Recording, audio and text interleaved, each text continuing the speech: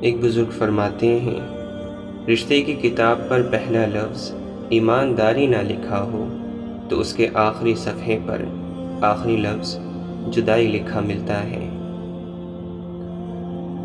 حضرت علی رضی اللہ عنہ فرماتے ہیں، جب تم میں طاقت اور قوت آ جائے تو اس قوت کو اللہ کی اطاعت میں صرف کرو، اور جب کمزوری اور ناتوانی پیدا ہو جائے تو اللہ کی نافرمانی کے لیے بہت کمزور اور ناتواں بن جاؤ۔ اپنے خلاف باتیں خاموشی سے سن لیا کرو اور جواب دینے کا حق وقت کو دے دیا کرو۔ دل ایک آئینہ ہے، اگر وہ بدی سے پاک ہے تو ہو سکتا ہے کہ اس میں خدا نظر آ جائے۔ لوگ رکھتے ہیں اب نظر ہم پر، فرشتوں تم حساب رہنے دو۔ بعض اوقات جنہیں ہم حقارت سے دیکھتے ہیں انہیں فرشتے رشک کی نگاہ سے دیکھ رہے ہوتے ہیں۔ ابلیس تیری ایک خدا سے نہ بن سکی، ہم کو تو دیکھ کتنے خداؤں کو منانے میں لگے ہیں۔ صرف اللہ کا در وہ جگہ ہے جہاں رو لو تو سامنے والا تماشا نہیں بناتا۔ ایک بات یاد رکھو، دعائیں بھی صبر مانگتی ہیں۔ جب عبادت بوجھ سے سکون بن جاتی ہے پھر رب سے عشق ہو جاتا ہے۔ بہت سنبھل کر فقیروں سے گفتگو کرنا، یہ لوگ سوکھی ندی سے پانی مانگ لیتے ہیں۔ یہ قیام کیسا راہ میں، تیرے ذوق عشق کو کیا ہوا؟ ابھی 4 کانٹے چبھے نہیں، تیرے سب ارادے بدل گئے۔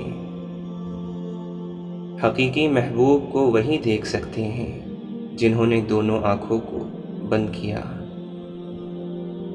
سر آستانہ یار سے جس نے اٹھا لیا، رسوا ہوا، خراب ہوا، در بدر ہوا۔ جھوٹی شان کے پرندے ہی زیادہ پھڑپڑاتے ہیں، باز کی اڑان میں کبھی آواز نہیں ہوتی۔ دکھ میں لپٹے ہوئے لوگ دعائیں بہت کمال کی دیتے ہیں۔ دعا تو کوئی بھی رد نہیں ہوتی، کچھ لوگ انتظار نہیں کرتے اور کچھ لوگ یقین۔ پریشانی جب پیدا ہوتی ہے کہ ہم لوگ انسانوں سے فرشتوں والی امید رکھتے ہیں، انسانوں والی نہیں۔ آگ لگانے والوں کو کہاں خبر، رخ ہواؤں نے بدلا تو خاک وہ بھی ہوں گے۔ تیری مرضی ہے تو جس حال میں چاہے رکھے، مجھ کو درکار فقط تیری رضا ہے مالک۔ مجھے کسی سے کوئی گلہ نہیں اے اللہ، بس مجھے اس قابل بنا کہ کسی کو مجھ سے کوئی گلہ نہ ہو۔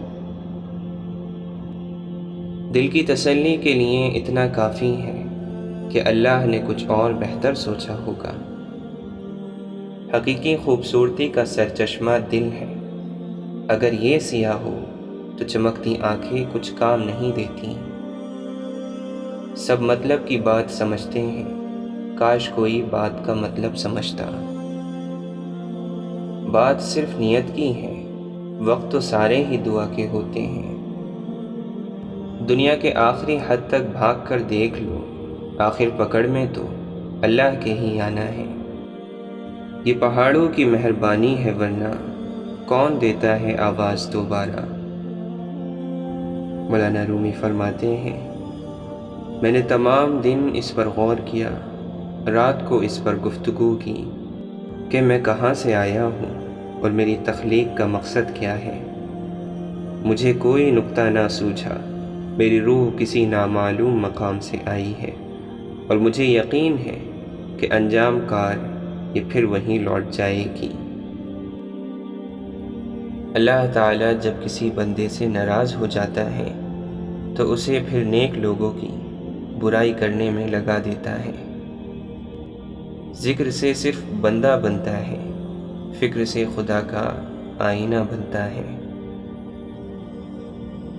کوئی برا آدمی سزا پائے بغیر نہیں رہتا، اور اچھائی جزا پائے بغیر نہیں ہوتی۔ حق پر یقین رکھو اور باقی جو ہوتا ہے ہونے دو۔